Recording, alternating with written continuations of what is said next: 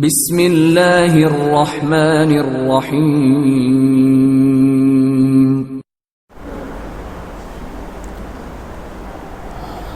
السلام علیکم ورحمۃ اللہ وبرکاتہ۔ الحمد للہ کفا وسلام علی عبادہ الذین اصطفى، اما بعد، اعوذ باللہ من الشیطان الرجیم، بسم اللہ الرحمن الرحیم۔ لئن شکرتم لأزیدنکم، صدق اللہ العظیم۔ رب اشرح لی صدری ویسر لی امری واحلل عقدۃ من لسانی یفقہوا قولی۔ اللہم صل علی سیدنا محمد وعلی آل سیدنا محمد وبارک وسلم۔ اللہم صل علی سیدنا محمد وعلی آل سیدنا محمد وبارک وسلم۔ اللہم صل علی سیدنا محمد وعلی آل سیدنا محمد وبارک وسلم۔ اللہ رب العزت نے ارشاد فرمایا ہے کہ اگر تم شکر ادا کرو گے تو میں نعمت میں ضرور اضافہ کروں گا۔ ہم اللہ رب العزت کا اس بات پر بے حد شکر ادا کرتے ہیں کہ اس نے ہمیں مبارک مہینہ اور مقدس مہینہ رمضان المبارک عطا فرمایا، اور صحت کے ساتھ، عافیت کے ساتھ اس نے روزوں کی توفیق عطا فرمائی، تلاوت کی، تراویح کی توفیق عطا فرمائی۔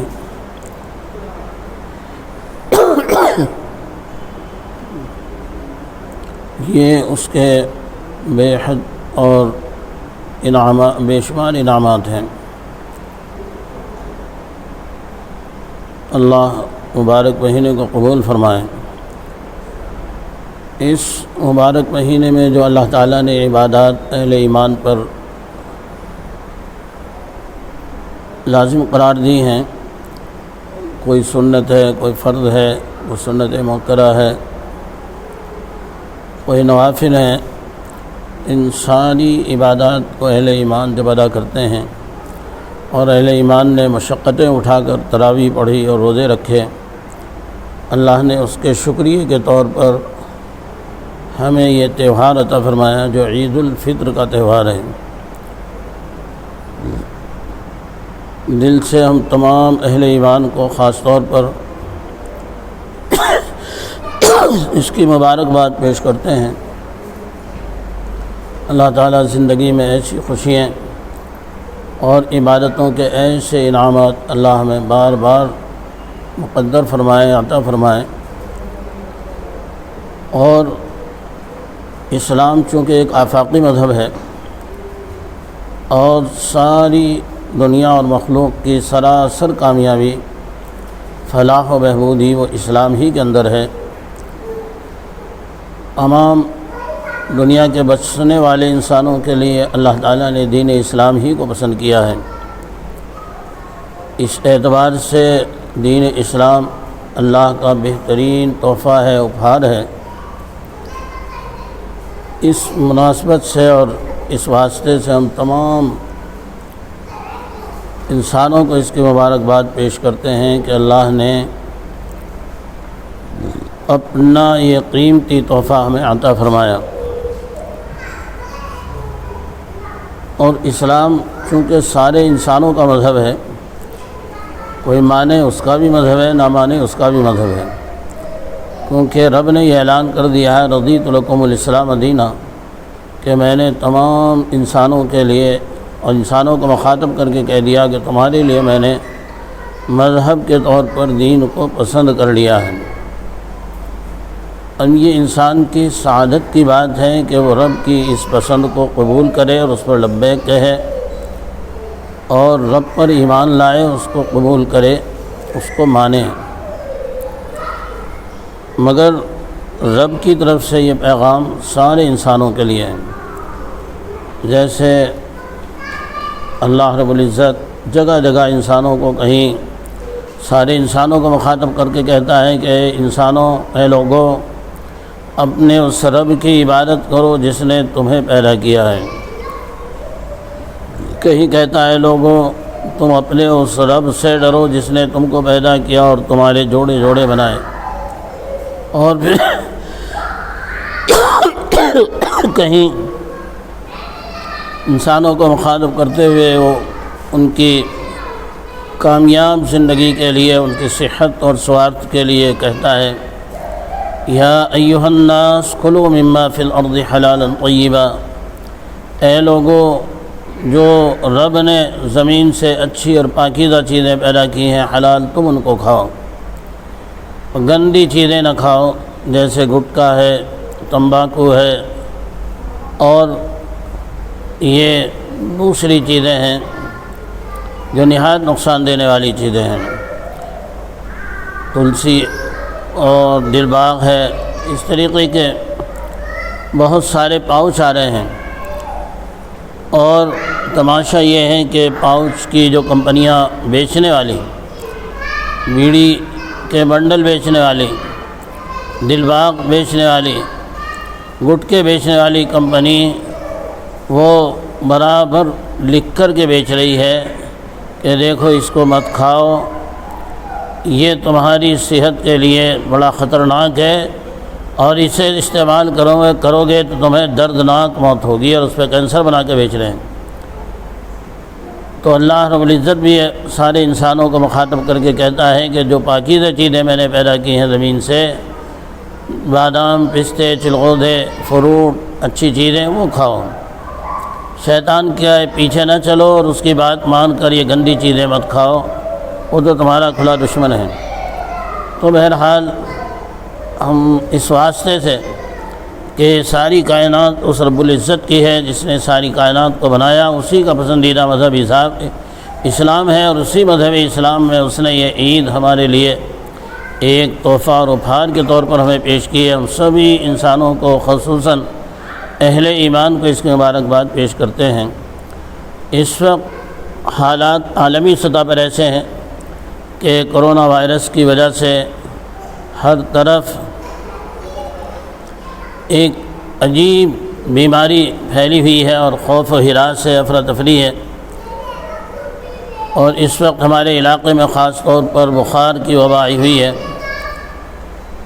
اور اسی میں پھر سینے میں تنفس ہو جاتا ہے، سانس میں گھٹن پیدا ہو جاتی ہے، اور بالآخر بعض مرتبہ ایسا ہوتا ہے کہ مرض لا علاج بن جاتا ہے۔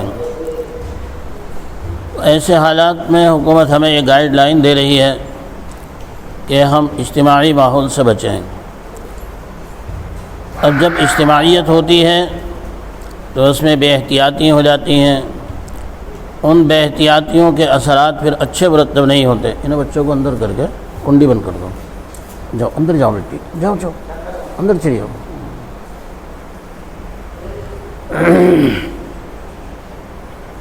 چنانچہ آج ہی ہمارے امروہہ کے کپتان صاحب کا فون آیا، اور انہوں نے بھی اس بات کو کہا کہ آپ اپیل کریں کہ خاص طور سے عید کے موقع پر ماسک کا بھی اہتمام کریں، اور جو گائیڈ لائن ہے اس کی پابندی کریں۔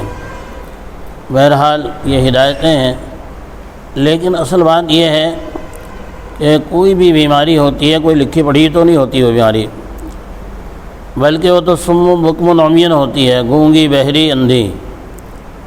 وہ یہ نہیں دیکھتی کہ موقع کون سا ہے، مجھے یہاں پھیلنا نہیں پھیلنا۔ خود کپتان صاحب کی زبان سے بات نکلی کہ دیہات میں یہ بیماری پھیل رہی ہے کیونکہ پنچایت کے الیکشن ہوئے ہیں، اور جو پنچایتوں کے الیکشن ہوئے ہیں ان کا زیادہ کنیکشن دیہاتوں سے ہی تھا۔ وہ پردھانی کے الیکشن ہے، پنچایتوں کے الیکشن ہیں، یہ سب اس کی وجہ سے وہاں جو بے راہ روی اور افراتفری ہوئی ہے، ہزاروں کی سبھائیں ہوئی ہیں، اس سے پھر یہ مطلب ہے کہ اب تو وہ ہو چکے ہیں الیکشن وغیرہ، لیکن اب جو ہے یہاں وہاں تیزی سے یہ موت کا سلسلہ پھیل رہا ہے۔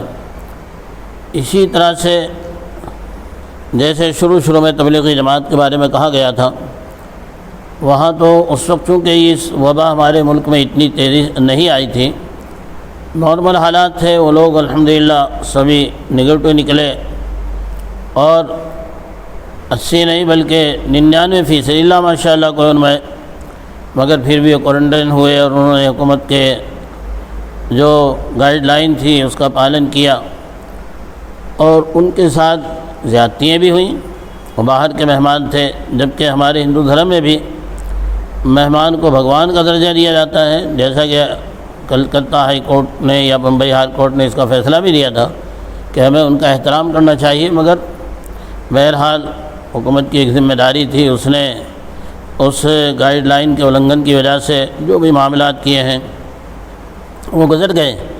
لیکن چاہے وہ جب تبلیغی جماعت کا اجتماع تھا، اب کرونا کو یہ تو پتہ نہیں ہے کہ مجھے یہاں آنا چاہیے نہیں آنا چاہیے، یا پھر کمبھ کا میلہ ہو، کمبھ کے میلے ہی کا اسے کیا پتہ کہ مجھے یہاں پھیلنا چاہیے یا نہیں، یا کلکتے کے الیکشن ہوں، بنگال کے الیکشن ہوں، جہاں جہاں بھی اس طرح کے حالات بنے ہیں، کرونا بیچارے کو پتہ نہیں کہ مجھے پھیلنا نہیں پھیلنا۔ تو بہرحال جو حکومت گائیڈ لائن دے رہی ہے ہمیں اس کا پالن کرنا اور دوری بنا کر رہنا، یہ دوری دلوں سے نہیں بلکہ جسمانی فاصلے۔ آج جو ہے دلوں سے دوری بنائی جا رہی ہے، اس کا نتیجہ نکلا ہے کہ لاشیں گنگا میں بہہ رہی ہیں۔ کیوں؟ اس لیے کہ جب دلوں سے دوری ہو گئی تو ایسی نفرت کے آگ لگانے کے لیے، انہیں جلانے کے لیے تیار نہیں، ٹھکانے انتم سنسکار کرنے کے لیے تیار نہیں۔ ابھی آیا تھا کہ تمل ناڈو کے اندر ایک مقام پر تبلیغی جماعت کے احباب نے تقریباً 56 یا 57 لاشوں کا انتم سنسکار کیا۔ تو بہرحال تو اگر ہم دلوں سے دوری بنائیں گے تو پھر انہیں تو ہمیں دفن کرنا اور انتم سنسکار نہ مشکل ہو جائے گا، یہ سب۔ اس لیے ہم دلوں سے دوری نہ بنائیں، جیسے جسمانی فاصلے کہے جا رہے ہیں، ہم جسمانی فاصلے کے ساتھ رہیں اور اس کا جو ہے ماسک کی پابندی کریں، اور جو اس کے لیے گائیڈ لائن دی جا رہی ہے، ہاتھ دھونے کا اہتمام ہے، صفائی ستھرائی کا اہتمام ہے۔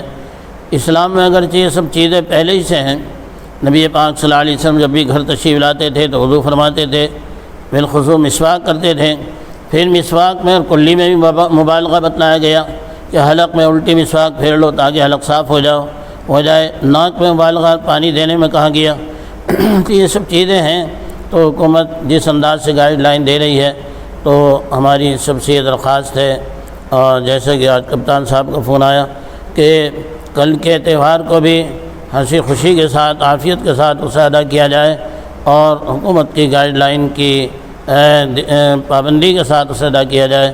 اللہ بے حد مبارک فرمائے اور ہمارے ملک میں ہر طرف صحت کا، عافیت کا ماحول پیدا فرمائیں۔ اللہ کرے کہ اسپتال تمام مریضوں سے اس طرح خالی ہوں کہ سارے مریض صحت اور عافیت کے ساتھ اپنے گھر پہنچ جائیں، اسپتال کے عملے کو بھی سکون کا سانس لینے کا موقع ملے۔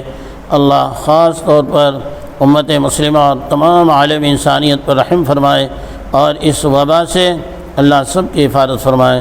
وآخر دعوانا ان الحمد للہ رب العالمین۔